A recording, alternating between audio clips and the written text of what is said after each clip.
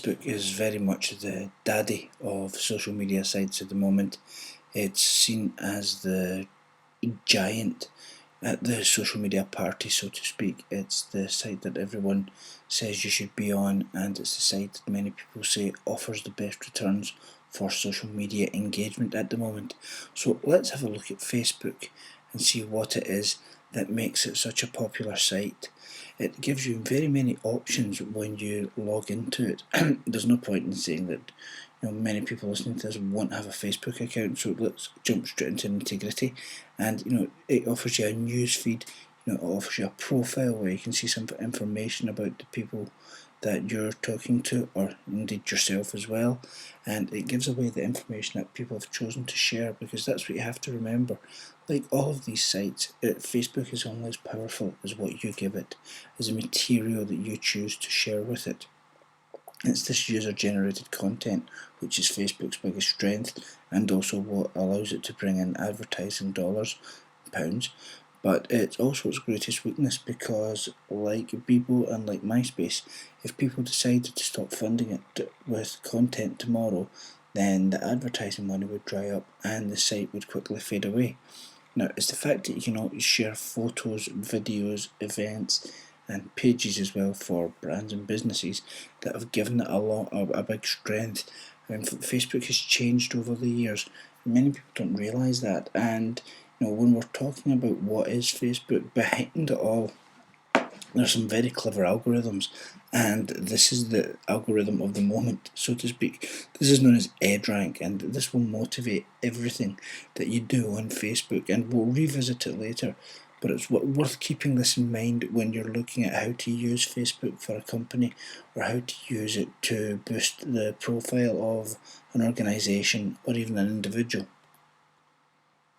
And a bit of background to Facebook, even though most people do know the story thanks to films like The Social Network.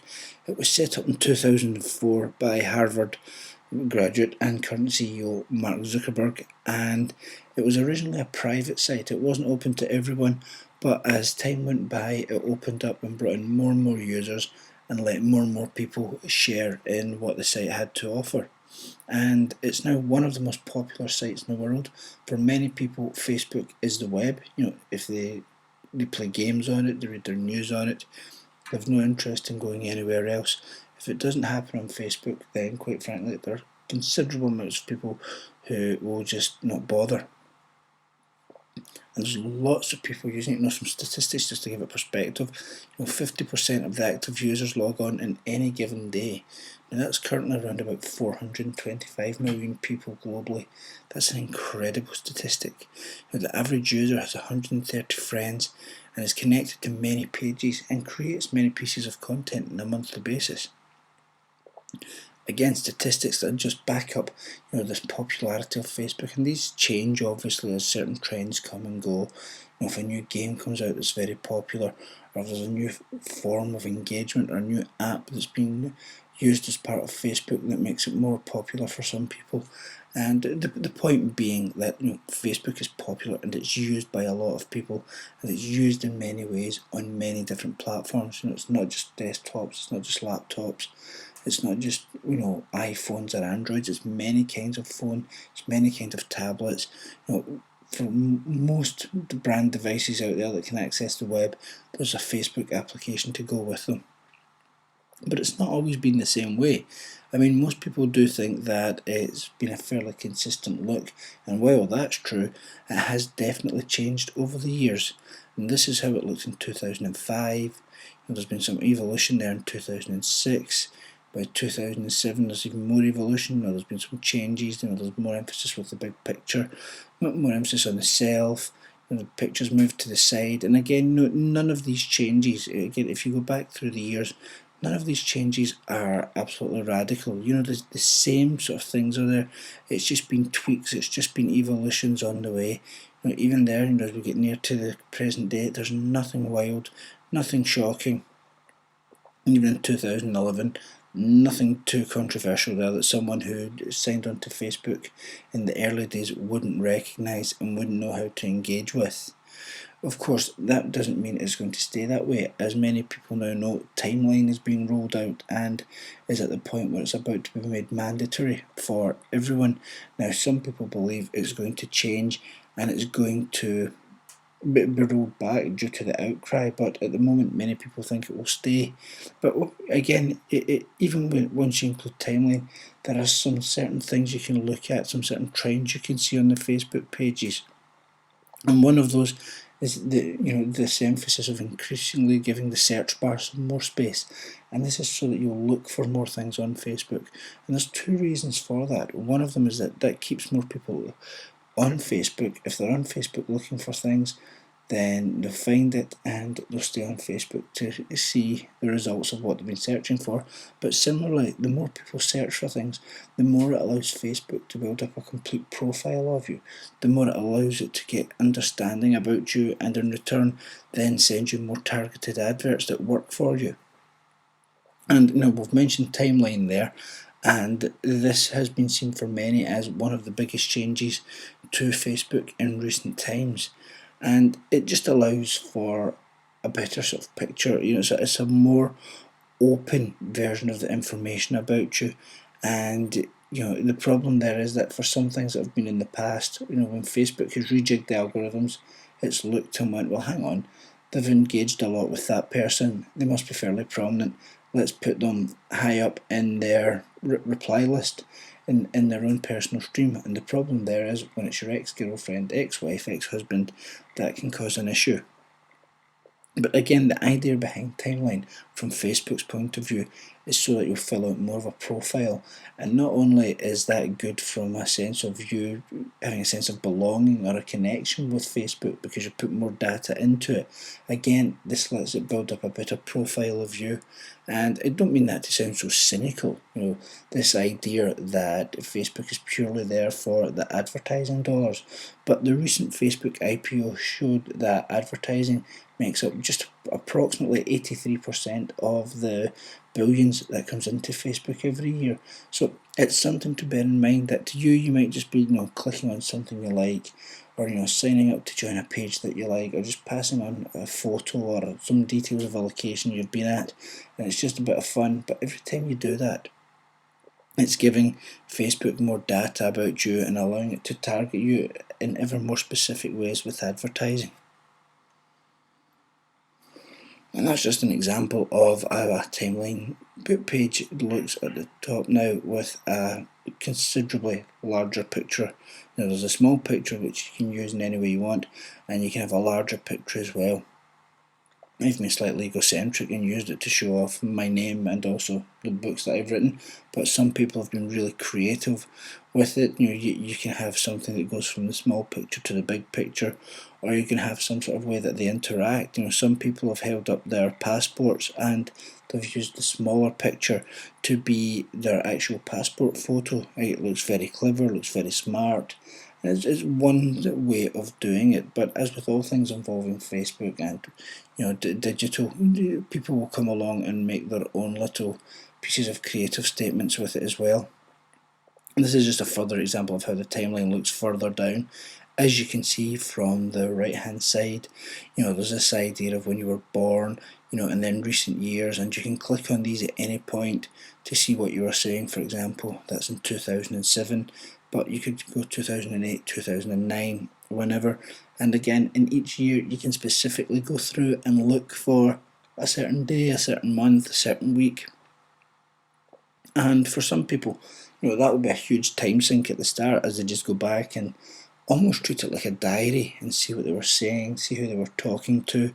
And in some cases it may make them rekindle some friendships with people that they haven't been in touch with for a while. For others it will just be seen as a frivolous waste of time because you've always been able to go back in Facebook. It's just being made more easy, more obvious to do now.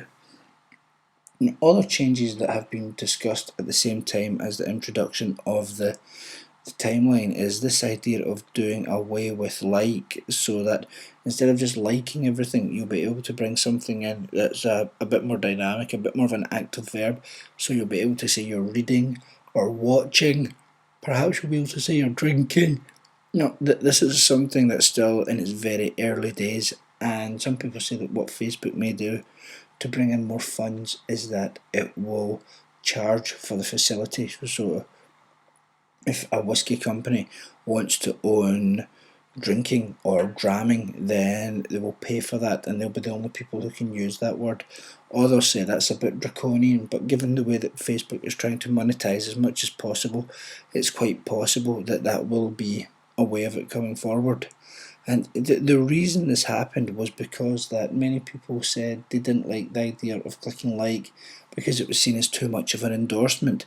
So we've done studies which show that they'll be able to click on listened or watched, and people are more comfortable with that because it doesn't seem as much of an endorsement. And obviously, companies will be looking then to implement that in many ways. They'll see what they can do to have people, say they've watched a TV show or listened to a piece of music or a radio show, for example.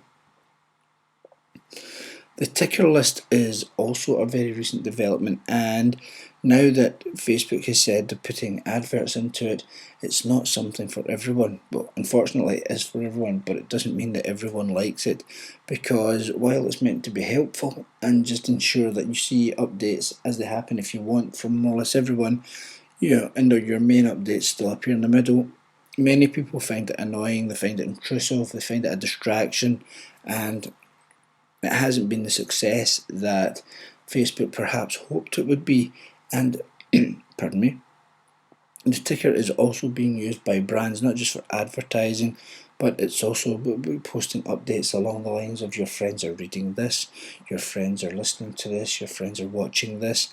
And the idea there is that there'll be almost a subconscious peer pressure where you look and go, oh, John and 7 of my friends are watching this, I should be watching it too. Or, oh, Mary and 42 of my friends are reading this article in The Guardian, perhaps I should be reading it as well. That's the idea behind this, and it will be interesting to see if it takes off, because some people have said that it may actually have the opposite reaction, in that you go, well, that's nice, they're all reading it, and you almost reject it purely because everyone else is doing it.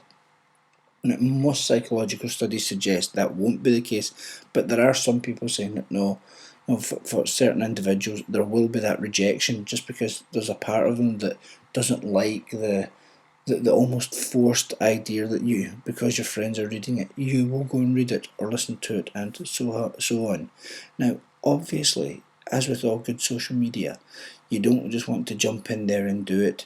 Now, you can do that, but if you plan ahead, Facebook can do so much more for you. There are PR elements, there are PR rewards. It can be used for SEO, you can use it for driving traffic, customer services, sales and recruitment. Just as you can use a blog for these things or other, LinkedIn, so too you can use Facebook, and many people believe Facebook's the one to do it on because it has so many people on the platform. It's at the moment 1 in every 2 Britons is on there. 850 million active global users checking in at least once a month. 400 odd million checking in on a far more regular basis than that. So you can see the thinking, that if you can capture the attention of all these people, then surely that will lead to more sales or higher engagement. And that's very much a double-edged sword. But again, we're getting slightly ahead of ourselves there, but the idea is that if you know what you want to do with Facebook, that'll make it easier for you to justify to others when they say, why are we spending an hour a day, or why are we spending X amount of budget on Facebook? And the things you have to think about before you get to setting up that page or setting up that profile is, who are you reaching out to? Are there people on there that it pays for you to be reaching out to? What do you have to share? Do you have policies in place for interacting? Will you be doing it daily? Do you have any sort of targets in place? As it points out there, the vast majority of Facebook pages have less than 1,000 fans. But if you said to your boss, oh, we want to do something that just reaches to 1,000 people, the odds are you would get short shrift. So you have to bear that in mind and try and build on it and see how many people you can bring on board and what your policy is, or what your plans are even for bringing them with you. And it may seem simplistic to keep repeating this idea of ask what you want to do with it, and ask what you want to achieve. But to many people, setting the page up is it. They think, well, we've done the Facebook page, that's us. And then within a couple of weeks, because no one's came along and joined in, or it doesn't have millions of followers, they get fed up, or they say, well, that clearly shows Facebook doesn't work for us.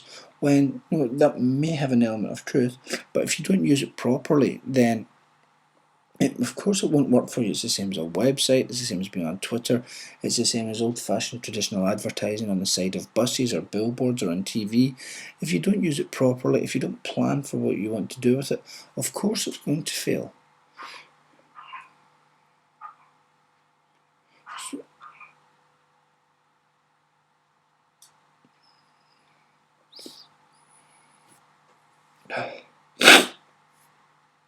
You can delete all this wee bit, thanks mate. So one thing, when you're setting out, obviously, the idea of social media is that it's about engagement. So the very first thing you can do is say, well, let's ask people out there what we want to do with them. What do they want from us? What do they expect from us? And you can do that through Facebook advertising without actually ever setting up an advert. And we'll come back to that later on. But one nice way to set expectations is to set up a welcome tab, and you can tell people, hi, this is our Facebook page. You can have a bit of video there, and you can say, this is our Facebook page.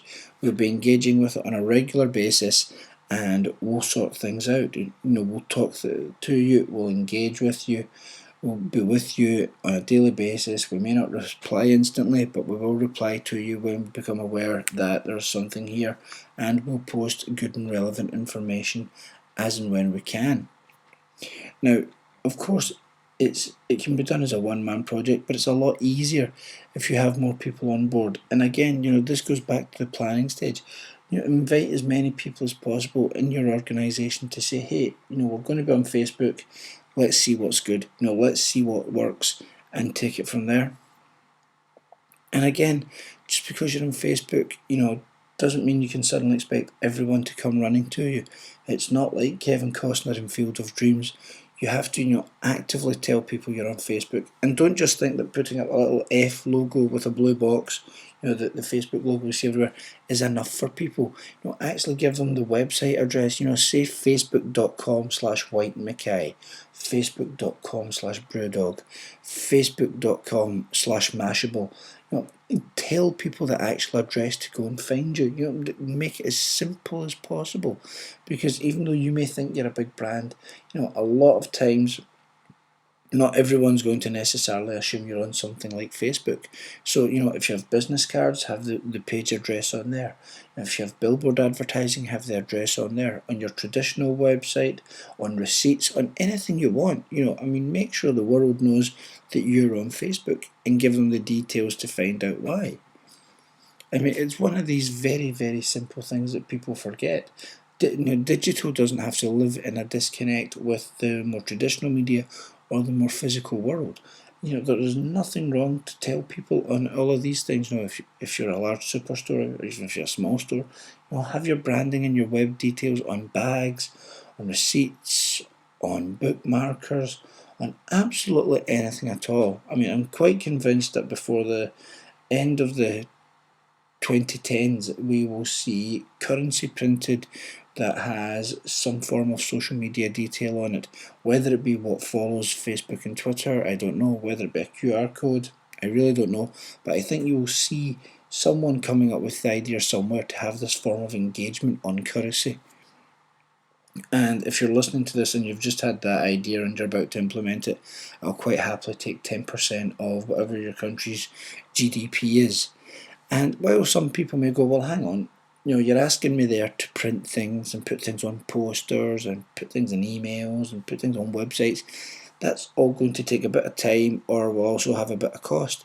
And of course it does. Because, while people look at digital and think it's absolutely free, there's nothing further from the truth.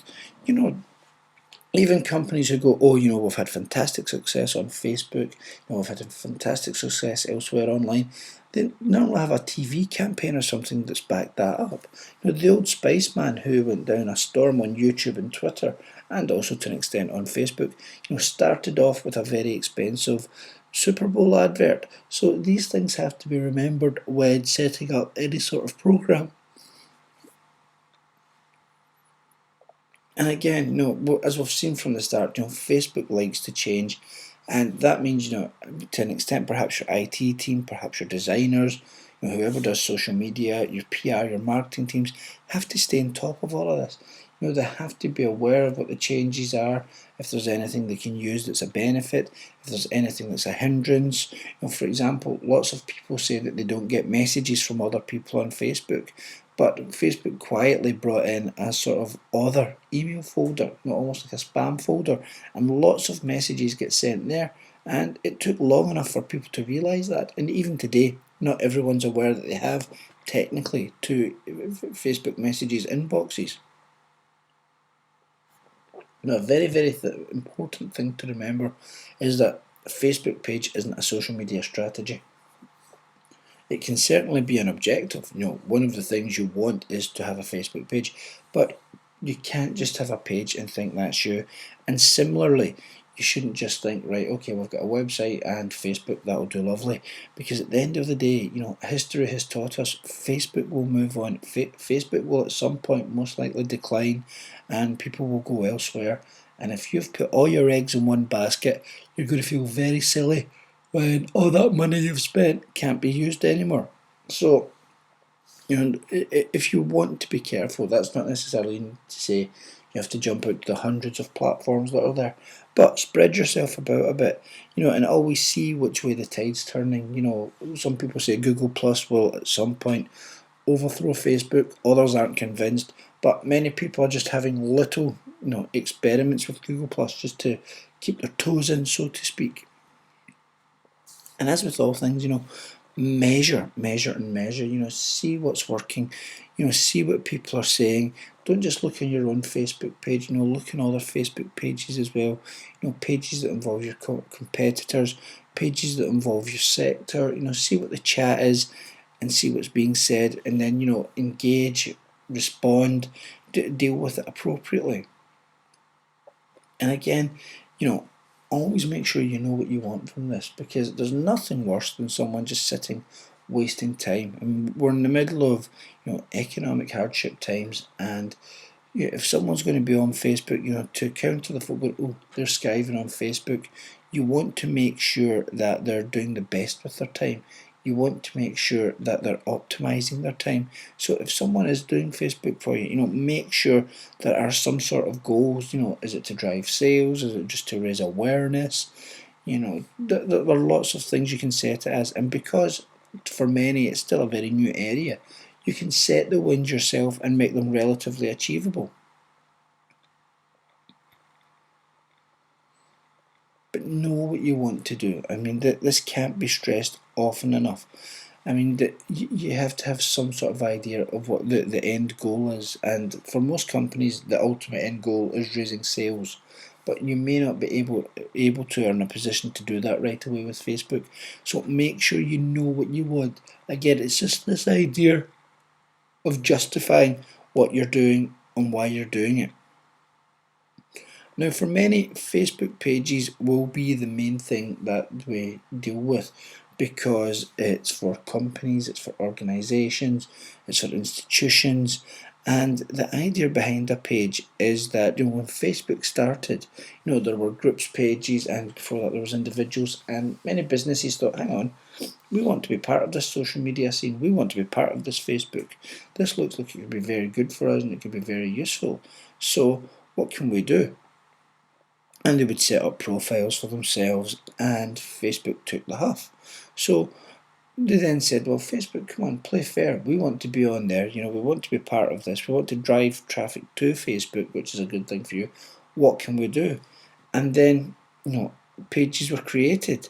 And it's very simple to set up a page. If you've got a Facebook profile already, off you go to facebook.com/pages/create.php. You can create a new page. And at the same time, you can give it a name. It used to be that you needed 25 followers before you could give a page a sort of vanity URL, but now you can do it from inception.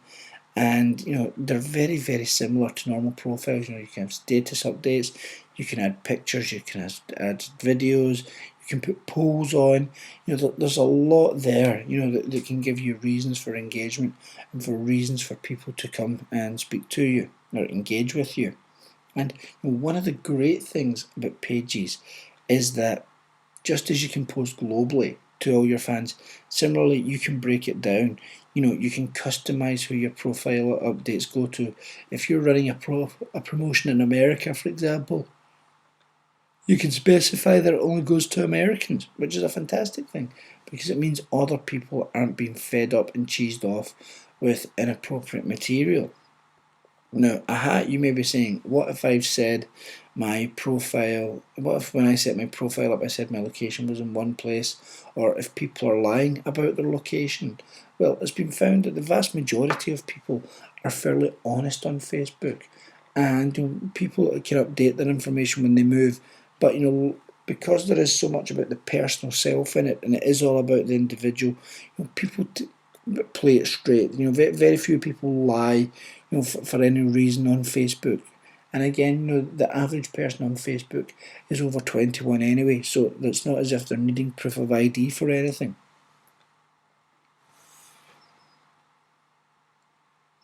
But obviously, as with all things on the web, you can optimize your Facebook page. There are little tricks and tips you can do, things that are best practice for no matter what area of social media you're in, that can work for you and make life a whole lot easier for you.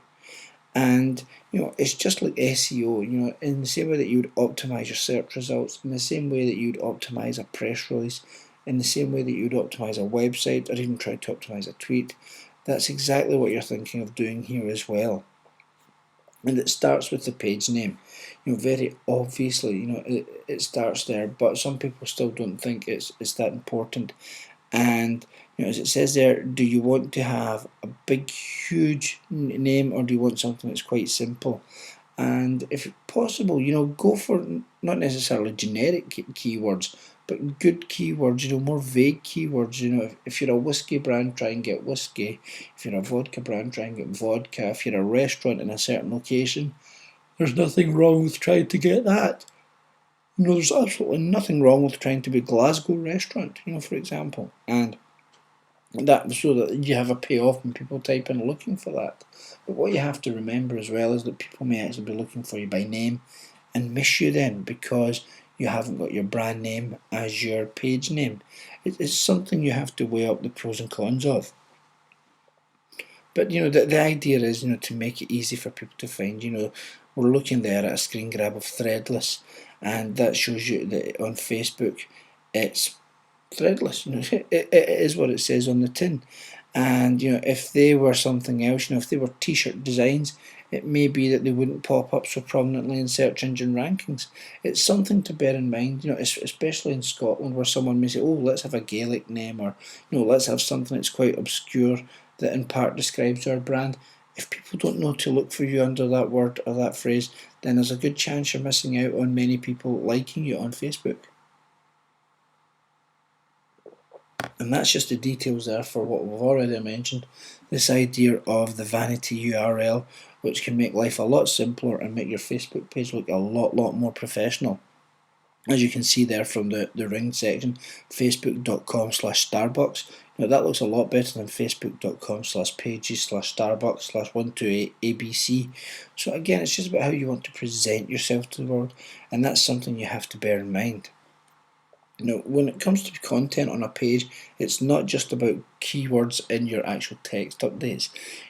Any sort of video you're uploading or any photos you're uploading, make sure they have captions, but also make sure that the photos are named properly.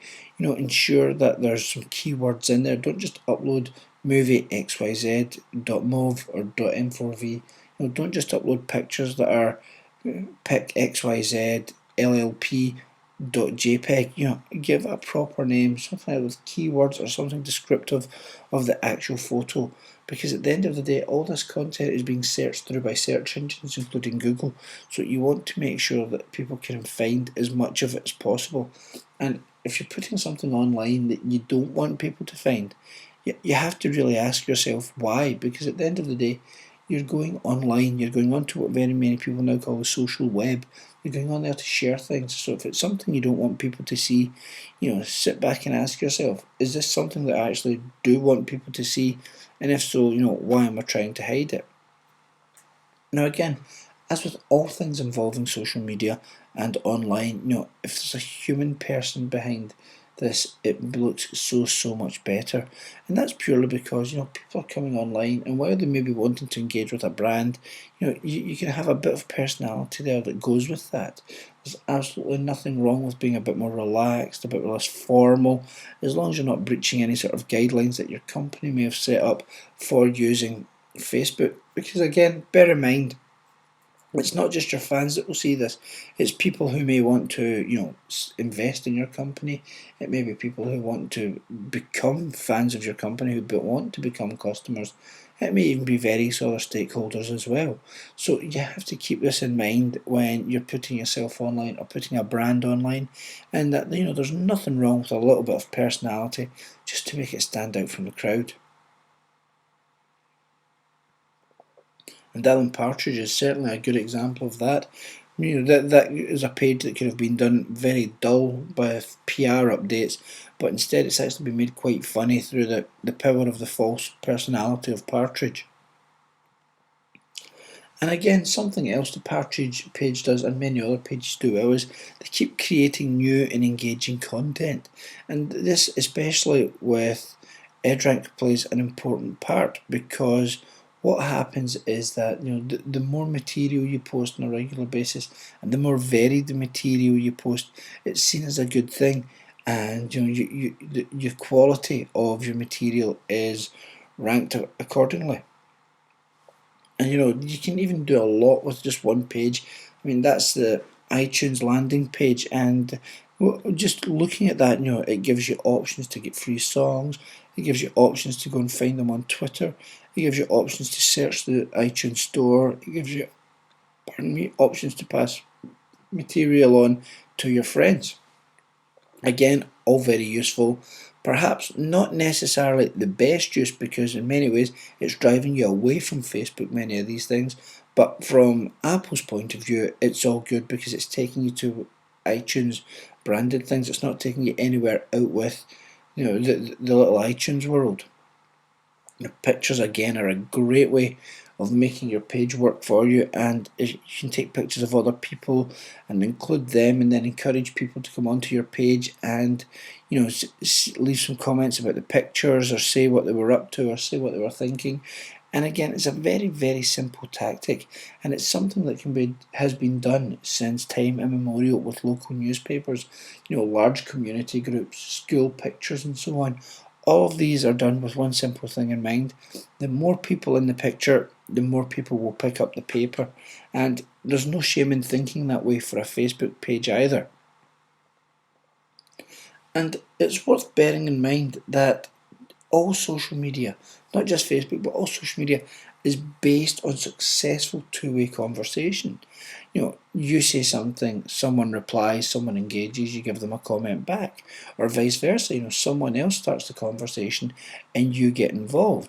And people like that, and it may seem very simple. You may go, well, what do people really expect from a hotel, a restaurant, a bar, a golf course, a businessman, someone who makes whiskey, someone who makes beers, someone who runs a ferry company? And the answer is you'd be surprised. You'd be surprised at how many people still appreciate the fact that someone in a position of authority, or someone in a position of knowledge, or someone who they know has a busy day, has taken even just a couple of minutes to respond to them and make them feel as if they matter and as if they have value. And again, there's a lot you can do. Ben and Jerry's did a lovely thing that said, click the like so that you can then send clips, off to your friends or pass them on.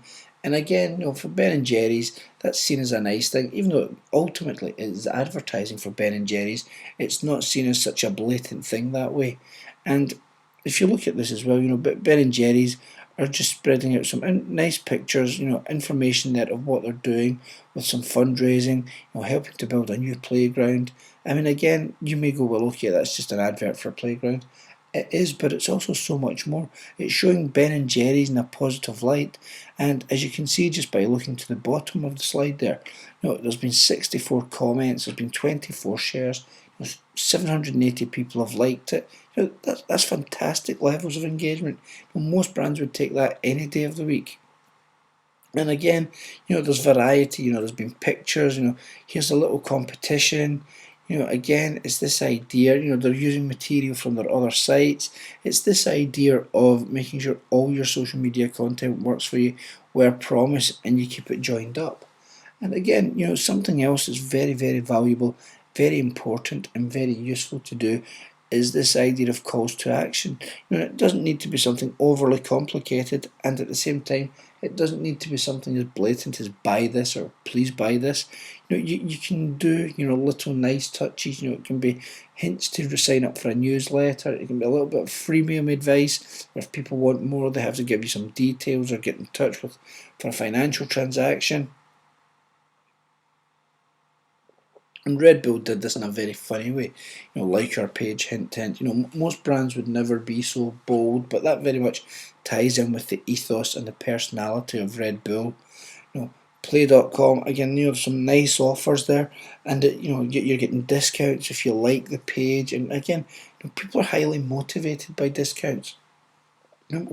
Thanks to being in an age of Groupon, we're long past this idea of discounts necessarily being something that are negative or to be frowned upon, because what we're seeing is that people like to get the most for their money, and people don't mind using a little discount code if it helps them save some funds. And again, it's not just about you getting out there and spreading word about your Facebook. It's about your brand ambassadors, the people who engage with you doing so. And you can reward them if you want. Create contests, create promotions. There are technically guidelines around this sort of thing, and you're meant to do apps for it.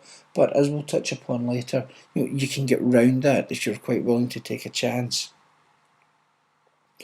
Dr. Pepper's another site like Ben and Jerry, where lots of people leave comments, lots of people talk about the brand on their own page. They share the video, they share the material, they share the information, and you just can't go wrong with that. People say it can't be bought, and that's actually false. You can buy Facebook, likes, you can buy Facebook fans and followers, and you can buy Facebook engagement. But true, proper, genuine engagement is a fantastic thing. And even better is when your fans pick up the ball themselves and get chatting, and they don't even ask you to help them out. They may just be on talking about something, and someone goes, "Yeah, that's quite cool. Here's my thoughts," and it snowballs from there. Or similarly, someone may actually have a question or a query about the brand, but it turns out that someone gets online to answer it before you provide the answer. And that's a fantastic thing. That's a great sort of feeling for all involved, because it shows people care enough about what you're saying and doing to get involved and provide answers.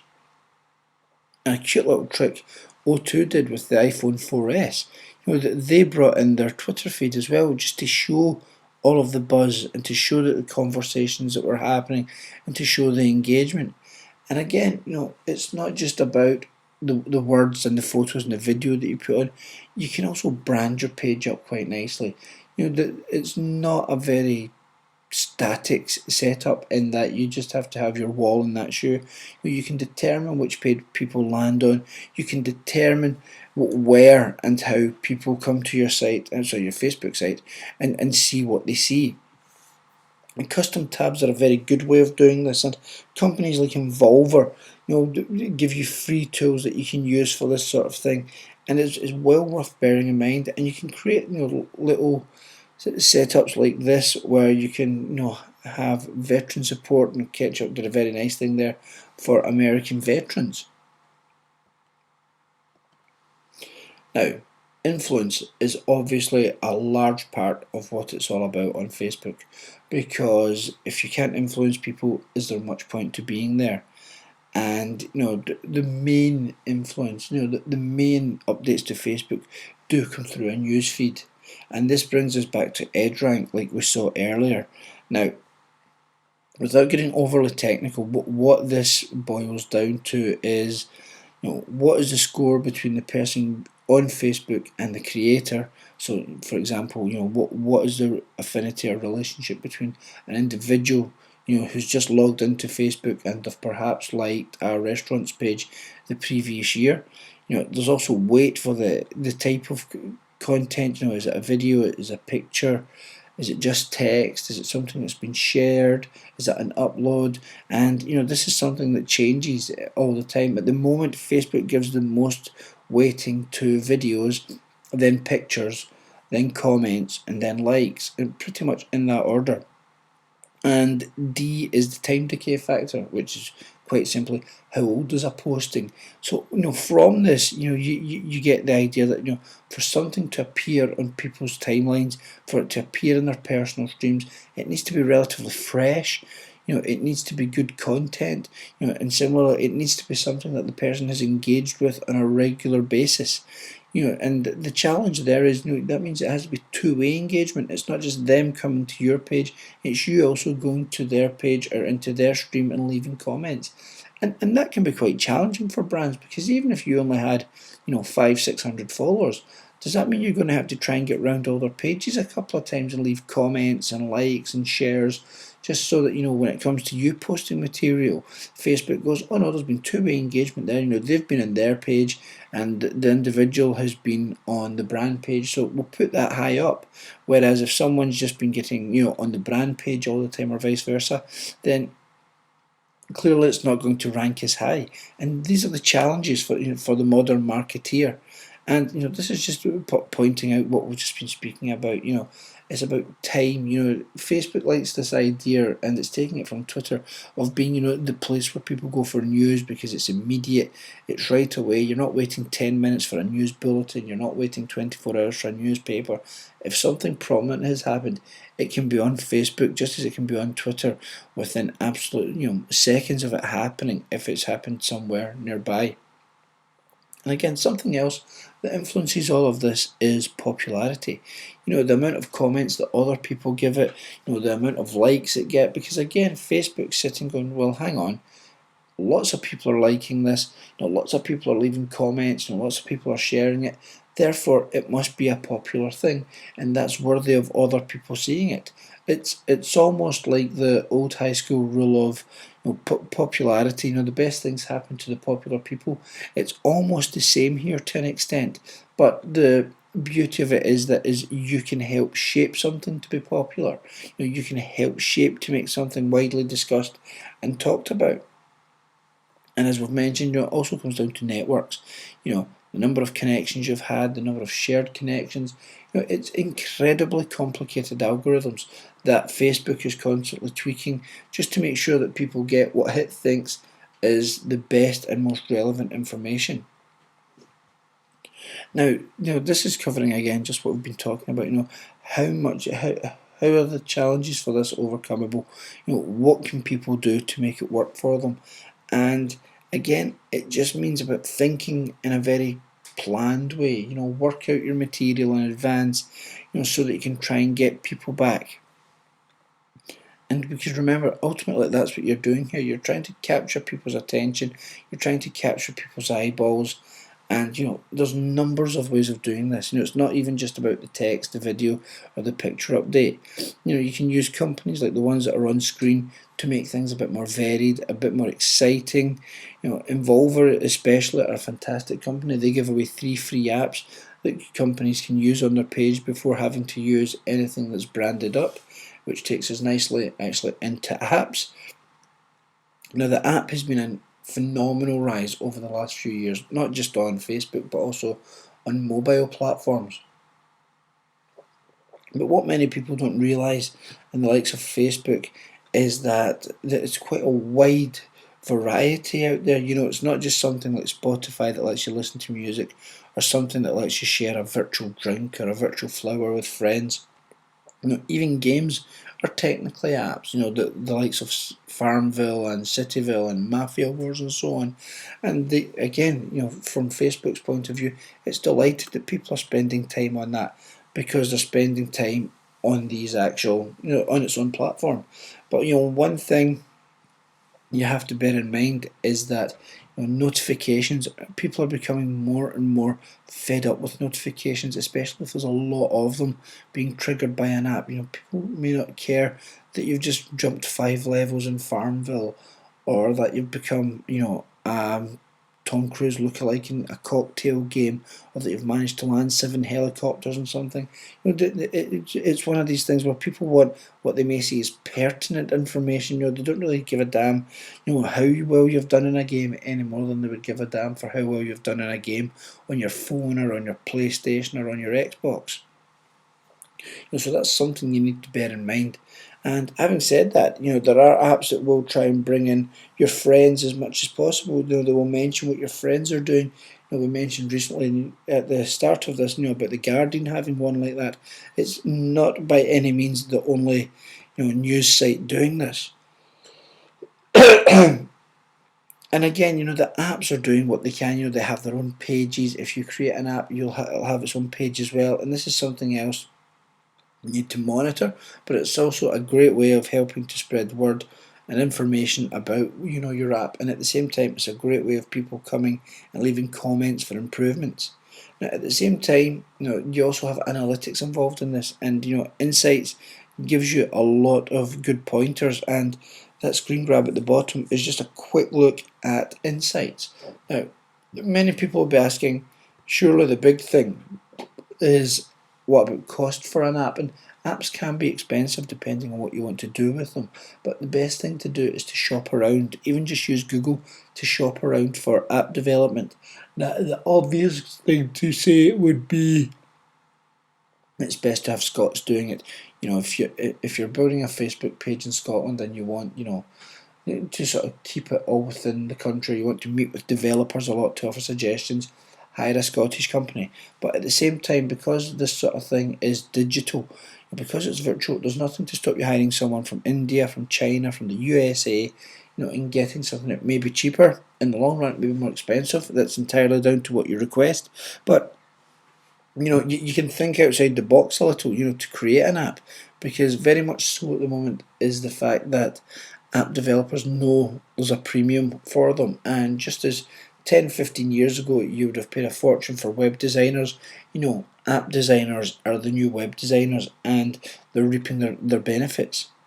Now, something else that Facebook has tinkered with is Facebook location, and again it's this idea of letting people share where they've been, what they're up to.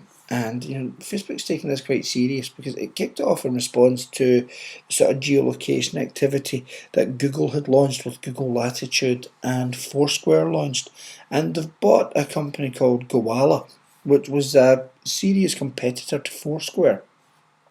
Now Foursquare, this is just a basic sort of look at the location side of things, and Foursquare basically allows you to check in where you are, and you can perhaps get a discount if you go there often enough. But in essence what you're doing is promoting yourself and promoting where you are, or you're almost endorsing it by putting out this little advert, because you wouldn't normally go somewhere that you don't like. But there's a separate module to talk a little bit about location, but at the same time it's worth bearing in mind that Facebook has bought Gowalla. They've not said that they're going to use Gowalla as such as part of Facebook, but they will do something similar with it. They'll do something about location, and it'll be interesting times ahead to see what they actually do.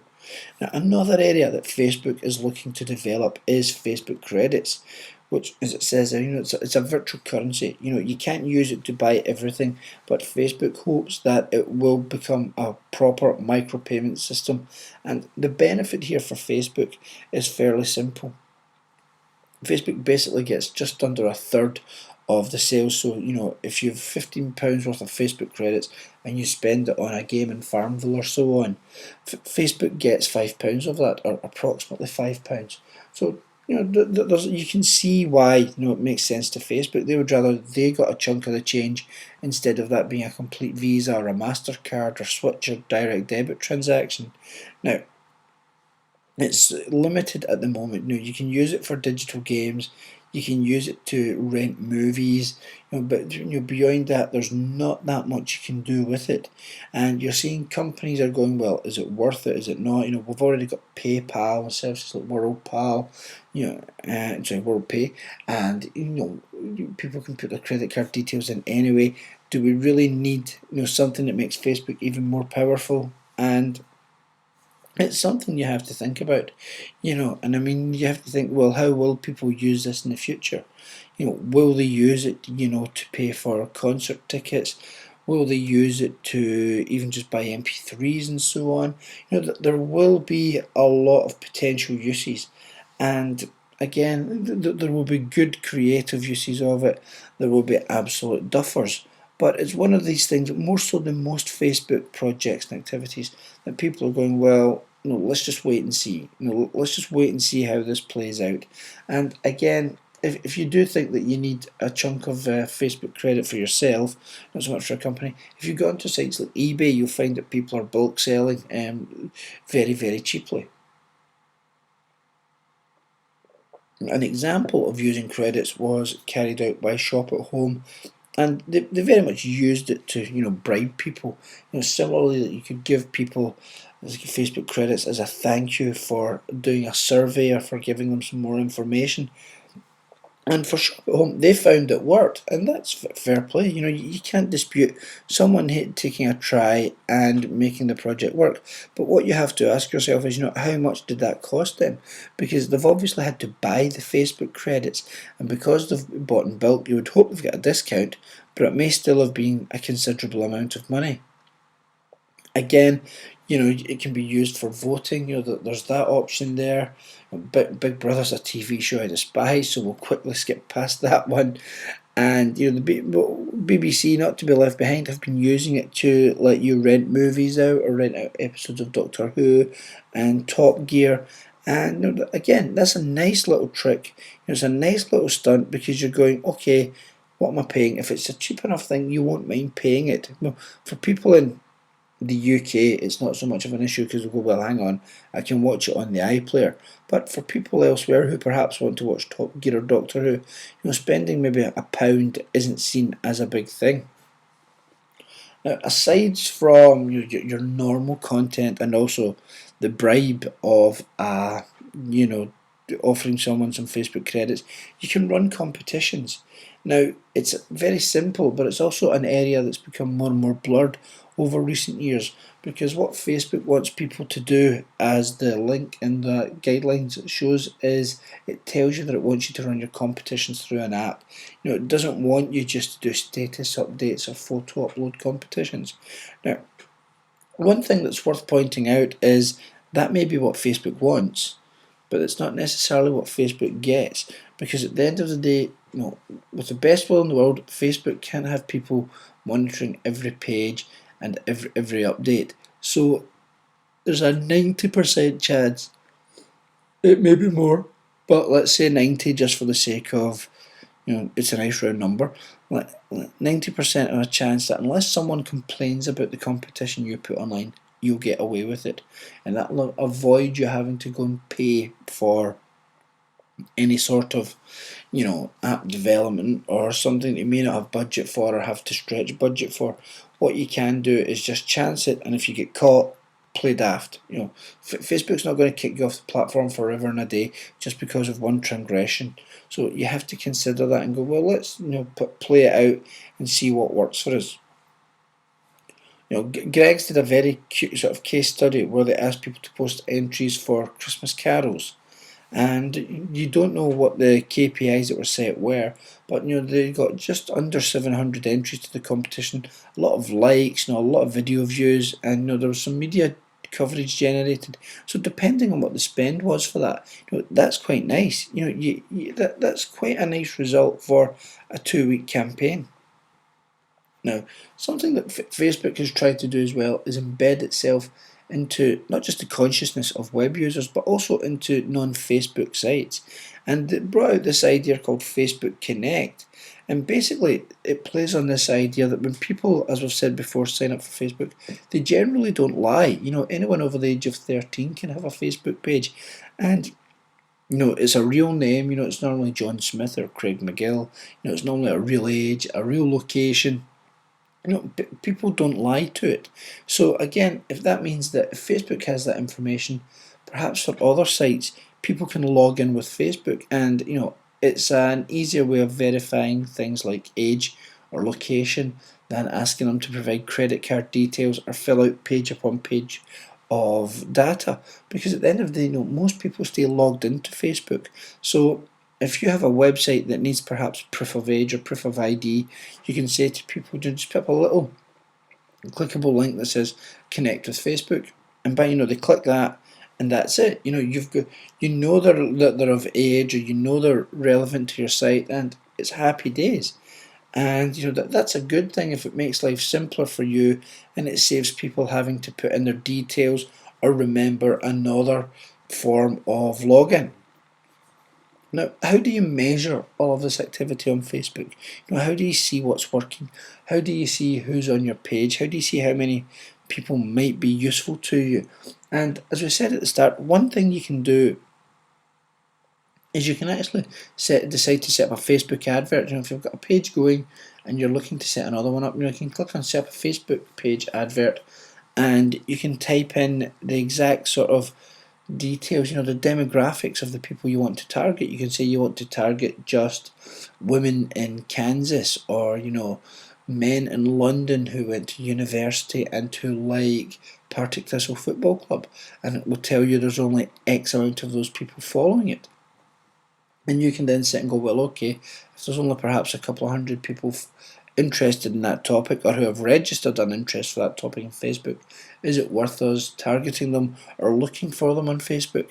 Again, that's only a question you can ask, but it's a good way up front of seeing if it's worthwhile the time and investment.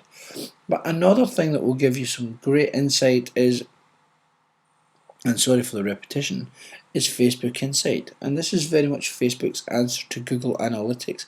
And it provides you a breakdown of the ages, the demographics, the sex, the location of people who are looking at your site. And that's fantastic data. Again, it's stuff that years ago you would have paid for.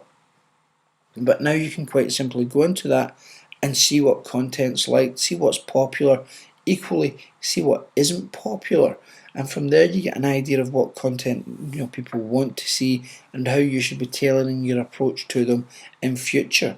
And as with all analytics, just make sure if it's what you're chasing, make sure you've got the time to sit and work on it, to sit and look at it, or to even act on it. Because it's one thing for someone to sit down and spend an hour or two going through insights to then present a report to you, for you then to go, yeah, not interested.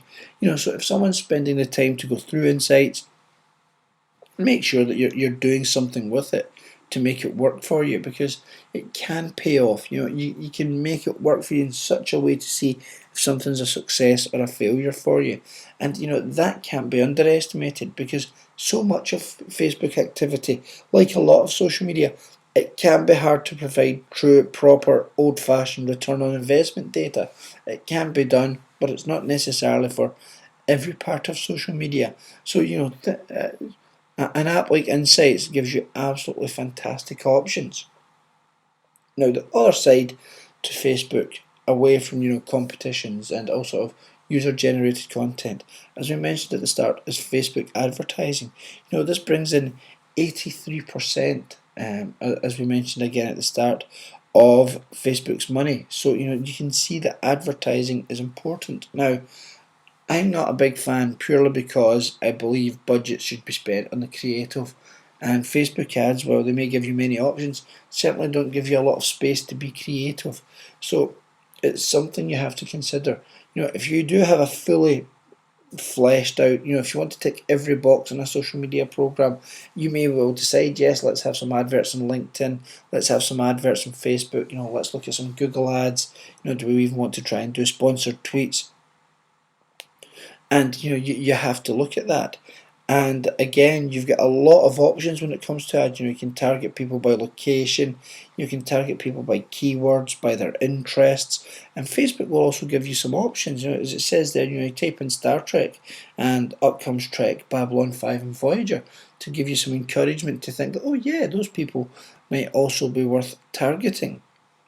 And you can decide if you're targeting people who follow your page, people who don't follow your page, friends of people who follow your page. It's a huge, huge market, and Facebook spends a lot of time giving you so many options to try and tempt you, to try and dangle that carrot of you taking out advertising. And ultimately, you'll decide for yourself whether it's something your brand or company wants to go down the road of doing. And options you can do, you can be very clever with this. As it points out there, if someone's got their birthday, have a look down that graphic, and it shows you how birthday messages are broken down these days.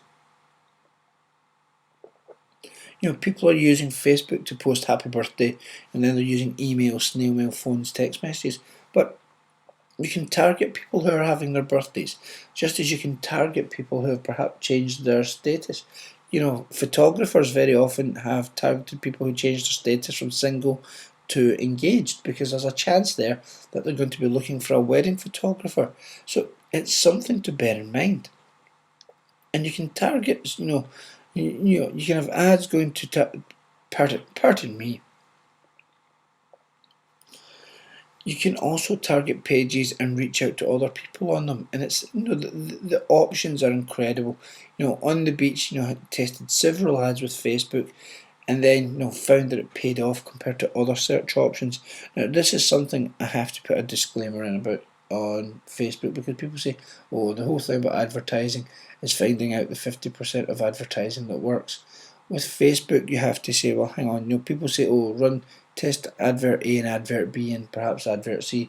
If you're having to test all these adverts, you're not necessarily doing anything different from you would in more traditional advertising. You're struggling to find that 50% that works because you're having to pay for adverts. So that's something to bear in mind when you're looking at advertising. And obviously, Facebook wants to make it so simple for you and encourage you to take out advertising. It gives you information, which is fantastic. It gives you a great campaign page.